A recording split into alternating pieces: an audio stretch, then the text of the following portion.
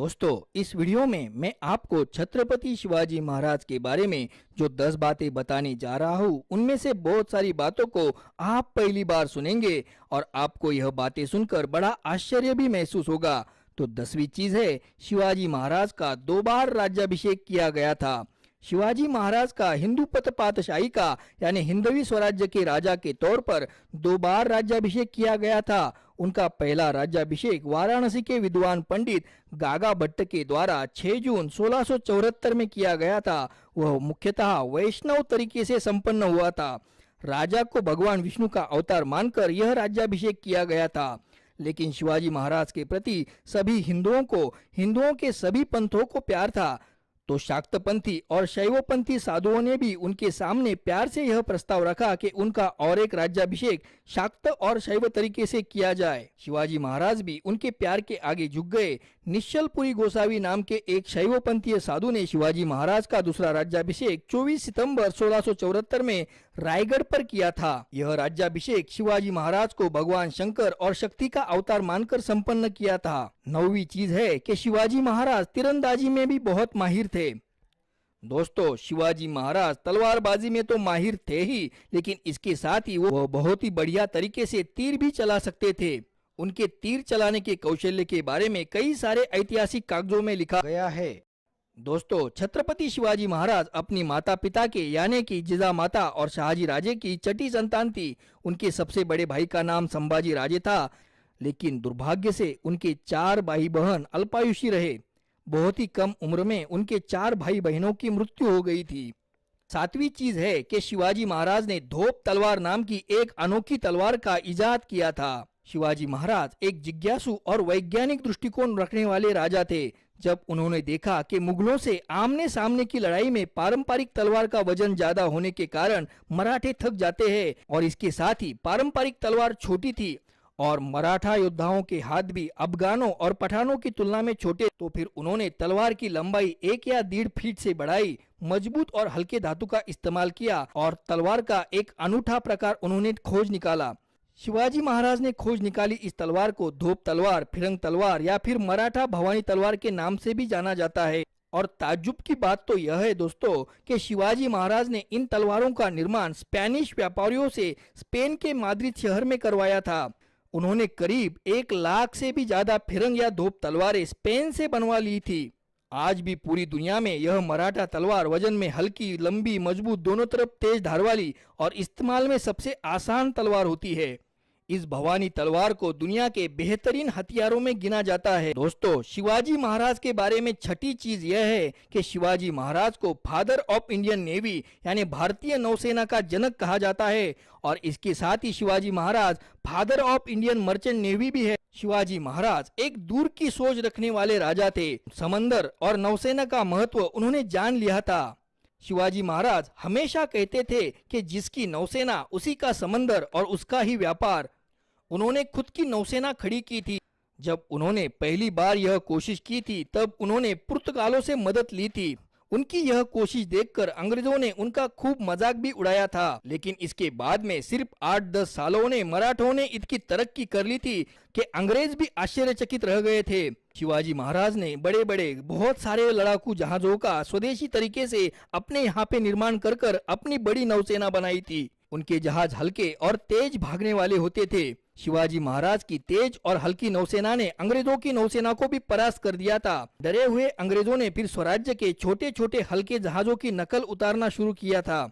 उन्हें father of Indian merchant navy इसलिए भी कहा जाता है क्योंकि उन्होंने उस 17वीं सदी में अपने इलाके के नमक, नारियल, सुपारी जैसे कई सारे सामान अपने जहाजों से अफ्रीका, अरबस्तान और इजिप्ट में एक्सपोर्ट कर खूब सारा मुनाफा भी कमाया था। शिवाजी महाराज के बारे में 5वीं चीज यह है कि उन्होंने अपने राज्य की सारी भूमि नाप ली थी और उपजाऊ खेती का वर्गीकरण भी किया था। इसके साथ ही किसानों के कल्याण की उन्होंने कई सारी योजनाएं भी बना ली थी। दोस्तों, शिवाजी महाराज का स्वराज्य आम आदमी को भी अपना लगता था क्योंकि उन्होंने सामान्य व्यक्ति के जीवन में आमूलाग्र बदलाव लाया था। उन्होंने जमींदारी की प्रथा नष्ट कर दी थी।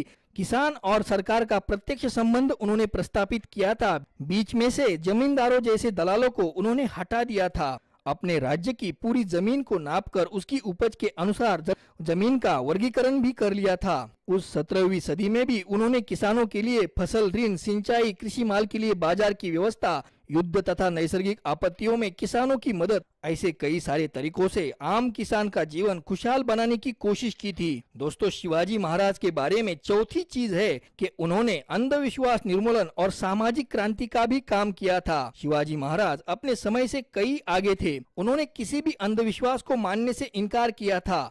शिवाजी महाराज शुभ अशुभ, शकुन अपशकुन ऐसी चीजों पर भरोसा नहीं रखते थे। वह जाति प्रथा के भी खिलाफ थे। उन्होंने अपनी कई सारी मुहिम अमावस्या के अंधेरे में निकाली और कामयाबी हासिल करके दिखाई। वह जाति प्रथा और छुआछूत भी नहीं मानते थे। उस समय पुरुष और महिला गुलामों के बाजार भरते थे। किसी जानवर की भांति इंसानों को बेचा और खरीदा जाता था। शिवाजी महाराज ने इस प्रथा को बंद करवा दिया था और इसके साथ ही शिवाजी महाराज ने हिंदू धर्म से इस्लाम धर्म में गए हुए हजारों लोगों की धर्म वापसी की थी। उनका शुद्धिकरण करवा लिया था।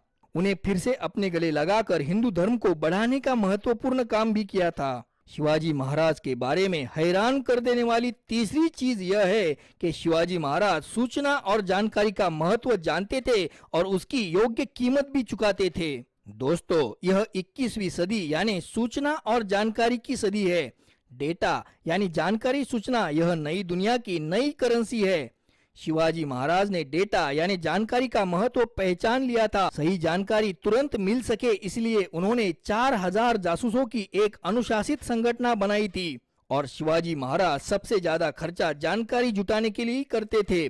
शिवाजी महाराज के जासूस इतने शातिर थे कि उनके भरोसे पर शिवाजी महाराज कहा करते थे कि मेरे दुश्मन अपने गुप्त दालन में या बेडरूम में अपने बीबी से क्या कहते हैं यह मैं रायगढ़ पर बैठे बैठे सुन सकता हूँ।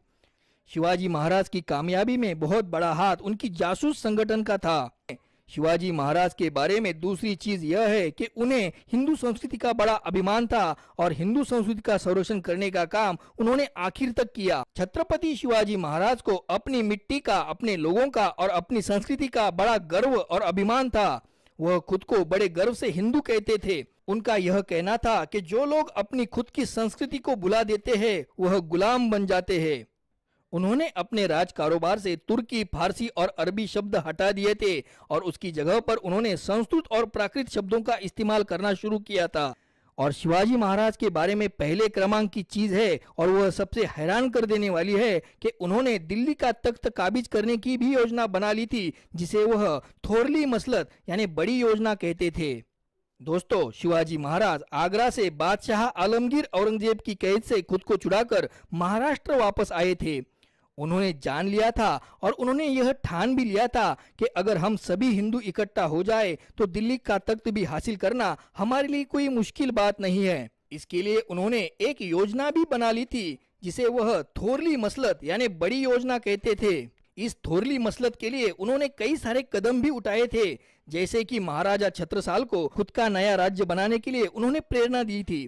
राजपूत मिर्जा राजा जयसिंह को भी उन्होंने खूब समझाने की कोशिश भी की थी। उन्होंने दक्षिण भारत में एक मुहिम निकाली थी जिसका उद्देश्य यह था कि दिल्ली के खिलाफ पूरे दक्षिण भारत को इकट्ठा करना। आगरा के कैद से छूटकर आने के बाद उनका सिर्फ यही सपना था कि पूरे भारत को मुगलों के और तुर्कों के गुलामी से मुक्त करना, आजाद करना।